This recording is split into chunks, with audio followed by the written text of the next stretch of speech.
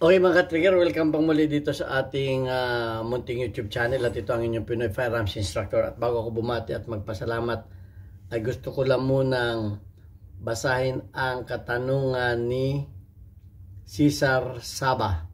Ang sabi niya ay, "Hi po, paano po mag-zero win ng Taurus PT92?" Okay, hindi lang ito sa mga Taurus PT92, yung mga naka-beaver tail. Yung mga naka-fix ng o yung mga walang adjustan ng windage dito sa kanyang rear sight. So bago yan ay gusto ko lang munang pasalamatan ang ating mga viewers dahil tayo umabot na sa 48,300 plus na mga subscribers dahil yan sa inyong pagla-like at pag-share ng ating mga videos. At maraming salamat din sa mga hindi nag-skip ng ads dahil nakatulong kayo para sa ating revenue ay tumaas at ang ating YouTube channel ay ginawa ko para itulong natin sa ating mga beneficiaries. Meron tayong 6 na estudyante na anak ng mga single parent na tinutulungan para makapag-aral. Kaya maraming salamat sa hindi ninyo pag-skip ng ads. At lalo tigit maraming salamat sa mga nagpadala dito sa ating GCash number. Huwag po ninyong tawagan yung number na yan para bumili ng baril.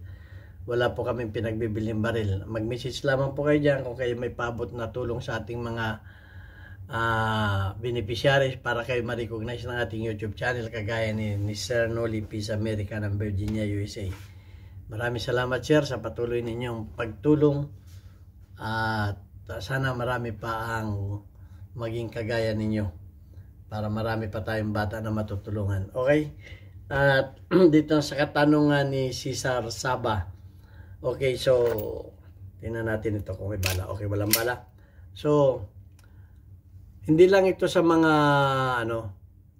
sa mga toros. Marami rin ang mga pistol na naka-fix ang kanyang mga sight.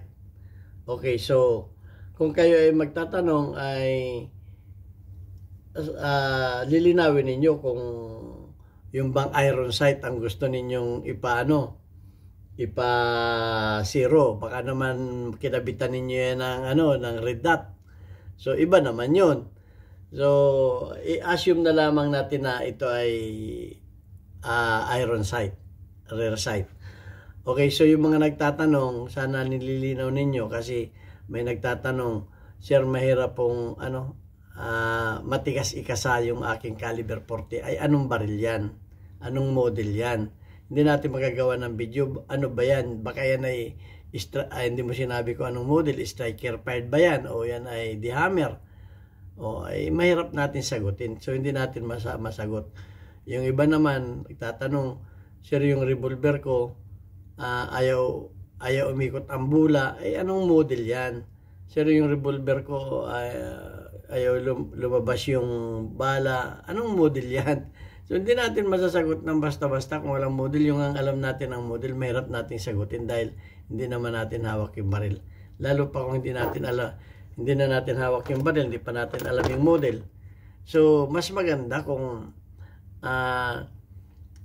sabihin niyo ang model para eksakto yung ating sagot. So yun lang. Yung lahat ng mga magtatanong, ang gusto ko lang sabihin niyo kung anong model ng baril ninyo at anong caliber. Mas maganda ay kung caliber lang ang sinabi ninyo, hindi naman nyo sinabing model, mahirap din sagutin yan. Ayan. So punta na tayo sa katanungan ni Cesar Saba. Okay.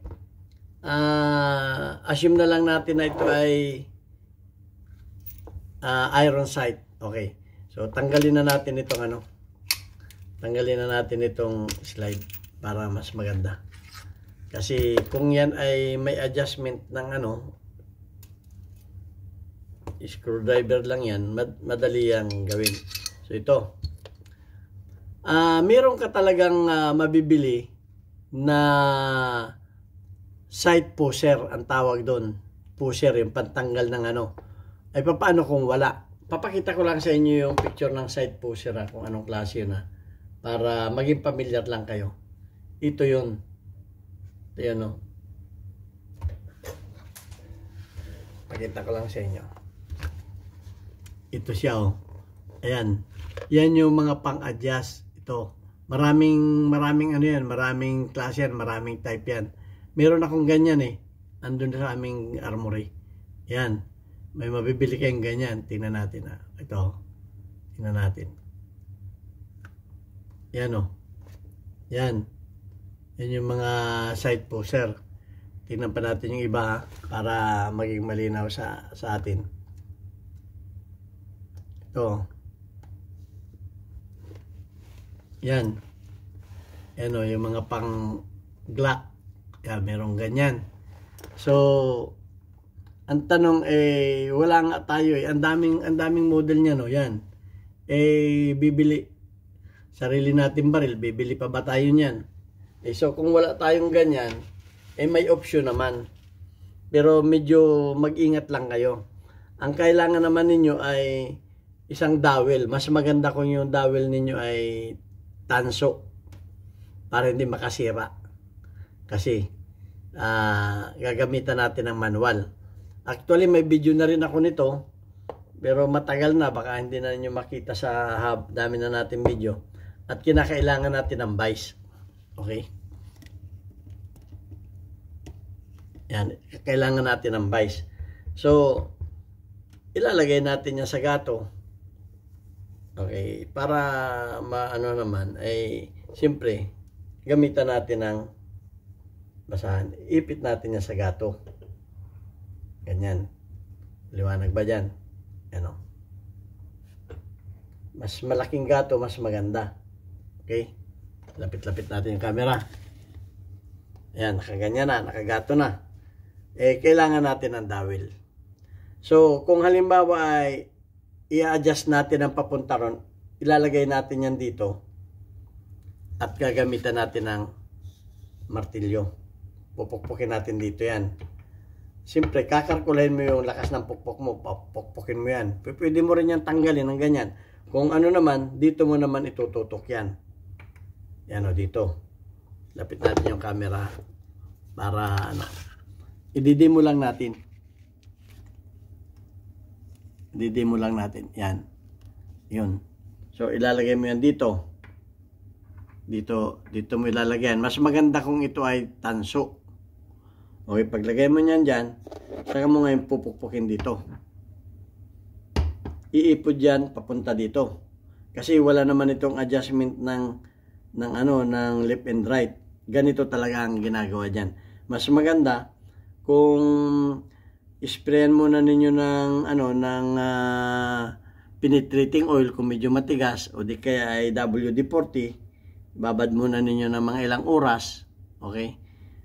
Dahil minsan matigas yan at kinakailangan mas maganda kung malaki yung inyong gato. Dahil kung maliit yung gato ay hindi rin yung at alalay din ang pag-ipit niyan. Okay? So, gaganyanin ninyo yan. Dito ninyo ilalagay. Pupukpukin ninyo dito. Iipod yan doon. Iipod yan papunta doon. Kung dito naman ninyo siya pupukpukin, ganyan, iipod naman siya dito. So, ayan lang. Ganun lang ang pag-adjust niyan. Kung wala kayong sight pusher, yung mga pinakita ko sa inyong picture, dito lang ninyo ilalagay yan. Yan, dito. Dito. Saka ninyo papaluin dito papaluin ninyo ng martilyo dito. O, magkabila. Kung gusto, So, yun lang ang tanging option. Tanging option na pagtatanggal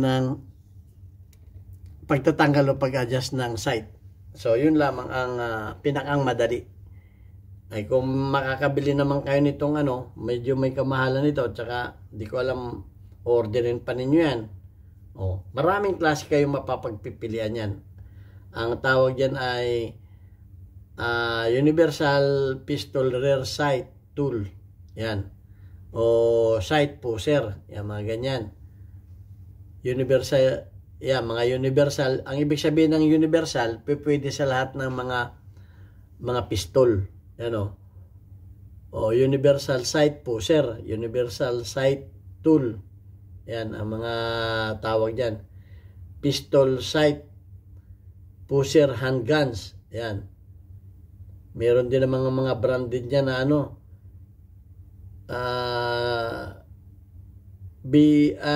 VISM Nexstar Universal Pistol Rear Sight. Yan ang mga ano. So, yan ang mga panggamit ng mga gunsmith. Okay, yung aking ganyan nandun sa ano, hindi ko na kinuha sa armory dahil kung kayo naman ay walang shop ay medyo may kamahalan yan. So yan, at sana may natutunan kayo dito sa ating munting video. At ano ko lang sa inyo yung ating ano, mga community spotlight natin ngayon. Ay shout out kay Milo Maranan, meron kang 62 engagement. Shout out kay Nueva Perper, meron kang 29 engagement. Shout out kay Nelson Mariano, meron kang 46 engagements. Shout out kay Pinoy Ergans, meron kang 2 engagement. At shout out kay Rag Ferns, meron kang 100 engagement. At shout out din kay shout out din sa aking mga kababayan sa Pinamalayan Oriental Mindoro. Ayan, meron na tayo dyan bagong Papa Burger. Matatagpuan ninyo yan sa dati kong masishop, Alvarez Street, Pinamalayan Oriental Mindoro.